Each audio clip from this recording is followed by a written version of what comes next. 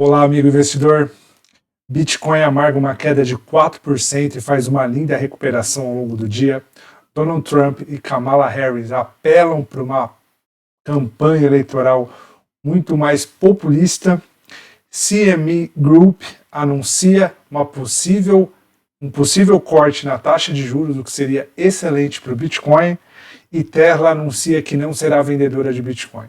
Eu sou o MacV e tudo isso você vê aqui no Filosofia de Mercado. Seja bem-vindo. Bora começar a falar sobre campanha norte-americana. Vamos falar um pouquinho sobre essa disputa eleitoral Donald Trump e Kamala Harris. Donald Trump continua na frente, 62,4%, Kamala Harris 37,7%.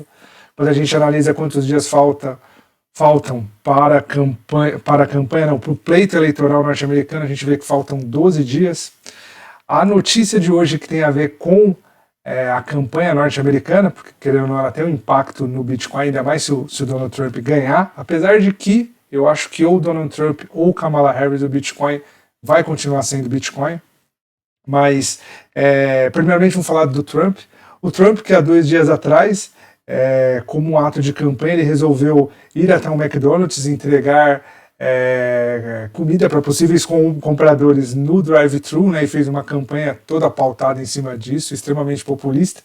Hoje, Kamala Harris anuncia que o salário mínimo norte-americano, pelo menos no âmbito federal, será de $15 a hora, ou seja, a gente vê que ambos os candidatos estão apelando para a questão mais populista porque querem abocanhar a maior parte do eleitorado, não só eleitorado porque lá a eleição não é direta, ela é indireta, então para que o eleitorado faça pressão para que os delegados deem mais poder político para cada um deles, né, seja Donald Trump ou seja Kamala Harris. A gente vê isso por meio dessas ações mais populistas aí.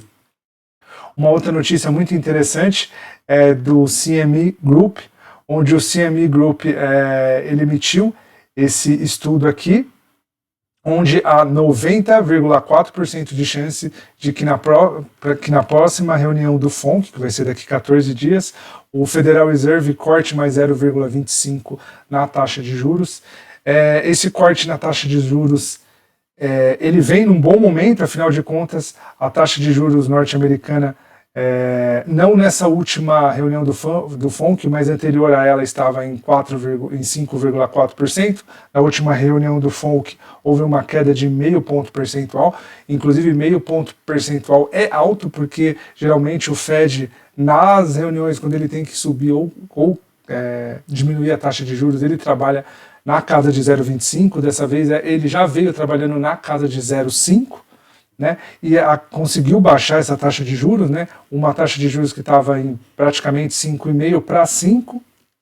Né, ele fez isso mediante 7 meses de quedas consecutivas na inflação norte-americana, né? Quando a inflação ela está caindo muito, você dá uma certa margem, um certo spread para que com isso o governo ou o Banco Central possa entrar com medidas mais expansionistas da economia, né? E uma dessas medidas é o corte na taxa de juros, porque quando você faz um corte na taxa de juros, você passa a remunerar menos a renda fixa. O dinheiro que não vai para... O dinheiro que está represado na renda fixa, ele acaba indo para outros mercados, seja ele de economia real, seja ele de mercado de renda variável, seja ele do que for real estate. Então, essa manobra do Federal Reserve de cortar a taxa de juros é muito bom. Por quê? Porque a gente vai ver um aumento na liquidez. Esse aumento da liquidez, com certeza, vai levar fluxo de dinheiro para o Bitcoin, o que pode ajudar nesse bull run e nessa tendência de alta que a gente espera para o Bitcoin. Uma outra notícia muito interessante é de Tesla, né? Semanas atrás a Tesla ela anunciaram, né? Porque viram certas movimentações lá nos bitcoins de Tesla, e o pessoal percebeu que Tesla movimentou mais de $700 milhões em Bitcoin, mas hoje a Tesla já anunciou que ela não vai vender Bitcoin. é só uma, vamos falar assim, é só uma manobra de alocação de recursos mesmo, mas o que vocês acham? Será que o Elon Musk sabe de alguma coisa que a gente não sabe? Será que ele está ali, ó, falando que não vai vender porque ele viu o nosso último vídeo, ele sabe que lá para maio de 2025 o Bitcoin vai estar em 94 mil dólares? O que você acha? Não sei o que você acha, comenta aí, me diz o que você acha nos nossos comentários, se inscreve no canal também e deixa o seu like, tá bom? Finalizando as notícias, vamos para a análise de mercado, que é aquilo que a gente mais gosta, né? Vamos começar analisando o SPY. No dia de ontem eu não analisei SPY, mas é muito bom a gente analisar SPY, porque o termômetro do mercado cripto, de modo geral, é o SPY, é da onde vem o dinheiro grande, né, para o mercado cripto, né, ou melhor, né, a euforia do SPY, ela tem total impacto na euforia do mercado cripto. Se o SPY cai, você pode ter certeza que a Bitcoin ou qualquer moeda cripto, ela tende a cair mais, né, pelo menos, né, de modo geral falando, e se o SPY subir, consequentemente os criptoativos sobem também. Então vamos começar analisando o SPY. Quando a gente analisa o gráfico semanal de SPY, a gente vê que o SPY está há praticamente 7 semanas numa alta muito intensa mesmo. Quando a gente olha o gráfico diário, a gente vê que é uma tendência de alta muito bonita, né? Desde aqui de 5 de setembro, depois que ele rompeu esse pivô aqui, ele não para de subir, faz topos mais altos e fundos mais altos, né? Agora o Bitcoin, pelo menos o SPY, desculpa, pelo menos no gráfico diário está repousando em cima desse último topo aqui que foi rompido, mas eu imagino que dá para corrigir um pouco mais, tá? Subiu 7 semanas seguidas, eu não acharia esquisito se ele viesse até essa região aqui, ou seja, talvez esperar até por mais 1 ou 2 semanas de queda para que ele atinja essa região é normal, apesar de que vai ter muita gente no mercado cripto falando que é topo de mercado, fujam para as colinas, é o apocalipse. Não é, uma correção até aqui é mais do que natural, exatamente por ser uma região de topo, né, ou uma resistência que precisa virar suporte. E é o que a gente vê, né? Analisando pelo diário, a gente vê que nessa possível correção ela vai corrigir até o último fundo, né? Então qualquer correção até aqui seria interessante. Consequentemente, se essa correção se cumprir, se ela começar agora, ainda mais visto que o SPY acabou de romper a mínima desse último candle aqui da última semana, esperar que o Bitcoin não ande tanto nas próximas semanas pode ser algo normal, tá? Vamos analisar agora o Bitcoin. Quando a gente analisa Bitcoin, está na mesma configuração de ontem, né? A diferença é Bitcoin hoje, ele amargou uma queda de praticamente 4%. Ó, quando a gente pega da abertura até aqui, a gente vê uma queda, na verdade eu falei 4%, mas uma queda de praticamente 5%, né? Até o momento que eu comecei a gravar o vídeo, o Bitcoin tinha, desculpa, eu estou olhando o semanal, não é o diário, mas quando a gente olha o gráfico diário, a gente vê que ele estava acumulando uma queda de praticamente 4%, 3,5%, ele recuperou e agora faltando praticamente 6 minutos para fechar o candle diário, ele está numa quedinha de 1%, ou seja, 2/3 da perda ele recuperou ao longo do dia, o que acaba sendo um sinal positivo para o Bitcoin. Bitcoin que deixa uma sombra inferior na região de último topo rompido, que está aqui, certo? Isso daqui, se fosse em um cenário de topos e fundos descendentes em uma tendência de alta, seria um sinal extremamente altista, extremamente comprador. O que não torna comprador é o quê? É exatamente a gente olhar o gráfico semanal, a gente olhar o gráfico diário e a gente vê essa região de topo que tem aqui. Essa região de topo aqui é que desencoraja qualquer comprador de Bitcoin, né? Aí vem aquelas máximas que a gente vem falando. Qual seria o melhor aqui? Esperar esse rompimento, esperar uma correção aqui, esperar a entrada aqui. Para isso, eu não acho que essa semana ainda aconteça isso. Não sei se semana que vem aconteça isso, pode ser que não, mas a gente precisa esperar e essa correção ela vai demandar uns dias, né? Essa alta para uma possível reversão ela vai demorar uns dias. Se a gente for parar para pensar, faltam praticamente 12 dias. Praticamente não, faltam 12 dias para a eleição americana. Pode ser que nesses 12 dias o mercado se movimente e ele faça exatamente esse padrão para que após o resultado da campanha norte-americana o mercado resolva andar. Acho que nada impede que isso aconteça, afinal de contas, o preço desconta tudo, como diria Charles Dow, menos os atos de Deus. Né? Então, tudo que a gente vê, toda notícia que muitas vezes a gente vê, ela já está embutida no preço por ações de insiders e muitas pessoas que, ainda que de maneira mais underground, acabam sabendo das coisas, acabam se posicionando. Isso é uma coisa que é do convívio humano, né? E na economia e no mercado a gente também vai ter esses fatores. Quando a gente analisa Ethereum, não sei se vocês vão lembrar, ontem eu falei que Ethereum estava abaixo, já estava em topos e fundos descendentes, estava abaixo de médias móveis, já não era mais uma região boa para comprar, a não ser que ele rompesse essa região aqui. Ethereum hoje está fechando esse candle aqui, um candle vendedor, um candle muito feio no semanal, né? Se fosse um fechamento hoje, no caso. A gente vê que a alta de Ethereum foi frustrada, então o Ethereum acabou de fechar abaixo das médias móveis, o que acaba sendo um sinal vendedor, ainda mais se a gente levar em consideração os topos e fundos do gráfico semanal. Ethereum está praticamente, Ethereum pivotou, ele está fazendo um pullback, Ethereum ele está praticamente numa tendência de baixa, né? Aqui é melhor esperar até por venda que por compra, infelizmente, a não ser que aconteça um milagre, a não ser que aconteça uma notícia muito boa e o Bitcoin, o Ethereum faça um candle aqui de força, ele comece a negociar em cima dessas regiões. Caso contrário, não há o que fazer em Ethereum. Quando a gente analisa BNB, estamos da mesma forma, numa consolidação muito grande no gráfico semanal, uma consolidação que leva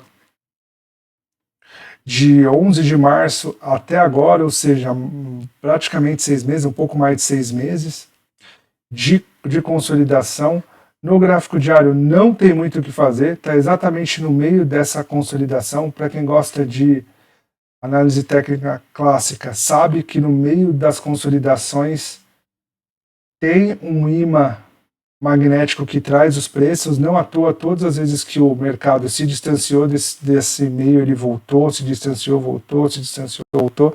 Então, a gente tem que esperar ele perder esse padrão aqui, porque enquanto ele ficar aqui dentro, não vai ter muito o que fazer. Vamos analisar agora Solana. Solana, que como eu falei para vocês, estava um rumor de cup and handle até essa semana. Um rumor de que isso daqui seria um cup and handle, né? Isso daqui para romper. Se fosse um cup and handle mesmo, após o rompimento desse topo aqui, a gente esperaria um alvo em Solana na região dos $485, porém não se configura um cup and handle, como eu falei. Por quê? Porque essa consolidação que a gente está vendo aqui, a gente deveria estar vendo ela aqui em cima. Para que isso daqui fosse um cup and handle, a gente deveria estar vendo essa pernada de alta vir até aqui, o mercado ficar consolidando aqui, e depois o mercado romper.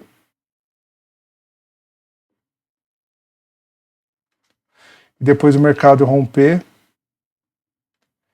Nesse rompimento, após o pullback, a gente veria nada mais, nada menos do que essa projeção para cima. Porém, não é o que vê. Olha só a diferença quando a gente analisa o padrão de cup and handle, ele seria assim. Cup and handle por quê? Porque aqui você tem a xícara, né, que seria arredondado, e aqui você teria a alça, né? Então o cup, que seria a xícara, e o handle, que seria a alça, né, de onde você segura a xícara. Não vejo isso, vejo muito mais uma LTB, né? Uma LTB que é de um prazo mais longo, que torna ela muito forte. Para a Solana andar, a gente tem que esperar o rompimento desses topos aqui, anteriores, esperou o rompimento desse topo, corrigiu, fez um candle de reversão aqui, é aí que a gente entraria. Antes disso, não dá, tá? Porque tá nessa consolidação. A última vez que o preço atingiu essa região, ele voltou para baixo das médias móveis, então por padrão a gente espera que ele faça a mesma coisa. Quando ele atingiu essa região, ele foi abaixo das médias. Isso daí começa já aqui, esse padrão, né? Ele atingiu essa região, veio abaixo das médias, atingiu essa região abaixo das médias, essa região abaixo das médias. O que você espera por padrão? Chegou nessa região, ele tende a tomar uma pancada dos vendedores, o que vai levar ele para baixo. Então a gente precisa esperar que ele consuma toda essa região aqui de venda, para que depois a gente tenha uma melhor clareza de para onde Solana vai. Quando a gente analisa XRP está da mesma forma, né? Está numa consolidação em fundo, não tem o que fazer. Ela parece muito com a BNB, se você for ver, né? Ó, esse padrão de Search and Destroy. XRP tá da mesma forma, ó, tá muito feio, ela não respeita médias móveis. Sempre que você vê que um ativo tá dessa maneira, ele tá rompendo a média móvel para cima e para baixo, por mais que você aplique as melhores técnicas de análise técnica, ela tende a não funcionar, porque a análise técnica ela funciona ou em tendência de alta ou de baixa. Da forma como está aqui, se ainda tivessem topos e fundos ou suportes e resistências desenhadas de forma mais clara, mas nem isso, sabe? Operar XRP aqui é muito, muito ruim, sabe? A possibilidade de você entrar e ficar enroscado é muito grande. Vamos analisar a Doge. Dogecoin está na mesma configuração, como a gente falou ontem, né? Dogecoin rompeu o pivô, a cabecinha do pivô aqui. Deixa eu só excluir isso aqui, só um minuto. Rompeu a cabeça do pivô. Agora está fazendo um retorno para a média móvel. Mas o topo a ser vencido é esse daqui. Antes de romper essa região aqui com força, se distanciar dessa região e voltar nela, é muito arriscado comprar, porque, novamente, ela está em uma região onde a última vez que ela bateu, ela caiu 30%, se eu não me engano.